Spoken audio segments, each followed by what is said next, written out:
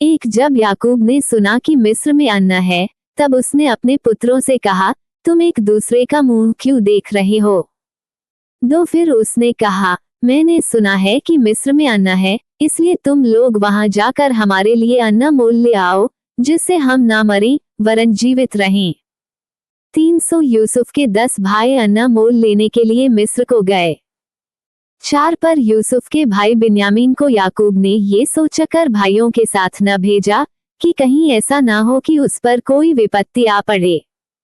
500 जो लोग अन्न मोल लेने आए उनके साथ इस्राएल के पुत्र भी आए, क्योंकि कनान देश में भी भारी अकाल था। 6 यूसुफ तो मिस्र देश का अधिकारी था और उस देश के सब लोगों के हाथ वही अन्न बेचता था, इसलिए जब यूसुफ के भाई आए तब भूमि पर मुंह के बल गिर के दंडवत किया। 7 उनको देखकर यूसुफ ने पहचान तो लिया, परंतु उनके सामने भोला बन के कठोरता के साथ उनसे पूछा, तुम कहाँ से आते हो? उन्होंने कहा, हम तो कनान देश से अन्न मोल लेने के लिए आए हैं। 8 यूसुफ ने तो अपने भाइयों को पहचान लिया, परंतु उन्होंने उसको न पहचाना। 9 तब यूसुफ अपने उन स्वप्नों को स्मरण करके जो उसने उनके विषय में देखे थे, उनसे कहने लगा, तुम भेदी हो, इस देश की दुर्दशा को देखने के लिए आए हो। 10 उन्होंने उससे कहा, नहीं नहीं, हे प्रभु, तेरे दास भोजन वस्तु मोल लेने के लिए आए हैं।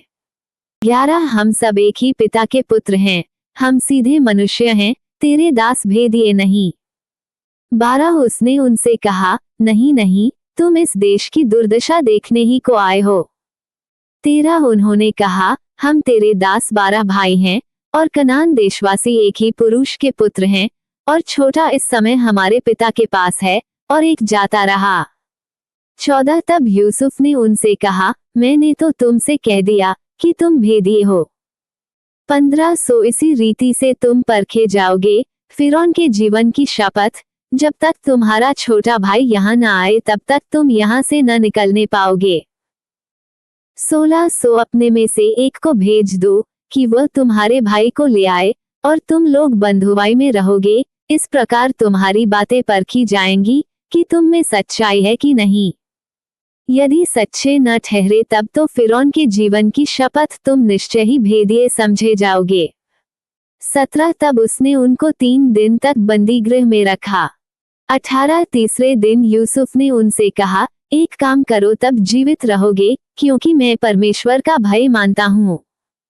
19 यदि तुम सीधे मनुष्य हो तो तुम सब भाइयों में से एक जन इस बंदीगृह में बंधुआ रहे, और तुम अपने घर वालों की भूख बुझाने के लिए अन्न ले जाओ। 20 और अपने छोटे भाई को मेरे पास ले आओ, इस प्रकार तुम्हारी बातें सच्ची ठहरेंगी और तुम मार डाले न जाओगे। तब उन्होंने वैसा ही किया। 21 उन्होंने आपस में कहा, संदेह हम अपने भाई के विषय में दोषी हैं, क्योंकि जब उसने हमसे गिड़गिड़ा के विनती की तो भी हमने ये देखकर कि उसका जीवन कैसे संकट में पड़ा है, उसकी न सुनी, इसी कारण हम भी अब इस संकट में पड़े हैं। 22 रूबेन ने उनसे कहा, क्या मैंने तुमसे न कहा था कि लड़के के अपराधी मत बनो? परंतु तुमने न सुना, देखो अब उसके लोहू का पलटा दिया जाता है। 23 यूसुफ की और उनकी बातचीत जो एक दुभाषिया के द्वारा होती थी, इससे उनको मालूम न हुआ कि वह उनकी बोली समझता है।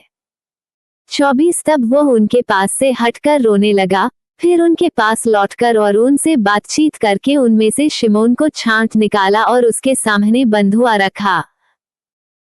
25 तब यूसुफ ने आज्ञा दी कि उनके बोरे अन्न से भरो और एक एक जन के बोरे में उसके रुपए को भी रख दो, फिर उनको मार्ग के लिए सीधा दो। सो उनके साथ ऐसा ही किया गया। 26 तब वे अपना अन्न अपने गदहों पर लादकर वहां से चल दिए। 27 सराय में जब एक ने अपने गदहे को चारा देने के लिए अपना बोरा खोला, तब उसका रूपा बोरे के मोहरे पर रखा हुआ दिखलाई पड़ा। 28 तब उसने अपने भाइयों से कहा, मेरा रूपा तो फेर दिया गया है, देखो वह मेरे बोरे में है। तब उनके जी में जी न रहा और वे एक दूसरे की ओर भय से ताकने लगे और बोले, परमेश्वर ने ये हमसे क्या किया है। 29 और वे कनान देश में अपने पिता याकूब के पास आए और अपना सारा वृतांत उससे इस प्रकार वर्णन किया। 30 की जो पुरुष उस देश का स्वामी है, उसने हमसे कठोरता के साथ बातें की और हमको देश के भेदिए कहा। 31 तब हमने उससे कहा, हम सीधे लोग हैं, भेदिए नहीं। 32 हम 12 भाई एक ही पिता के पुत्र है, एक तो जाता रहा, परंतु छोटा इस समय कनान देश में हमारे पिता के पास है। 33 तब उस पुरुष ने, जो उस देश का स्वामी है, हमसे कहा, इससे मालूम हो जाएगा कि तुम सीधे मनुष्य हो, तुम अपने में से एक को मेरे पास छोड़ के अपने घर वालों की भूख बुझाने के लिए कुछ ले जाओ। 34 और अपने छोटे भाई को मेरे पास ले आओ, तब मुझे विश्वास हो जाएगा कि तुम भेदिए नहीं, सीधे लोग हो। फिर मैं तुम्हारे भाई को तुम्हें सौंप दूंगा और तुम इस देश में लेन देन कर सकोगे। 35 ये कहकर वे अपने अपने बोरे से अन्न निकालने लगे। तब क्या देखा कि एक एक जन के रुपए की थैली उसी के बोरे में रखी है। तब रुपए की थैलियों को देखकर वे और उनका पिता बहुत डर गए। 36 तब उनके पिता याकूब ने उनसे कहा, मुझको तुमने निर्वंश कर दिया, देखो यूसुफ नहीं रहा और शिमोन भी नहीं आया, और अब तुम बिन्यामीन को भी ले जाना चाहते हो, ये सब विपत्तियां मेरे ऊपर आ पड़ी हैं। 37 रूबेन ने अपने पिता से कहा, यदि मैं उसको तेरे पास न लाऊं, तो मेरे दोनों पुत्रों को मार डालना, तू उसको मेरे हाथ में सौंप दे, मैं उसे तेरे पास फिर पहुंचा दूंगा।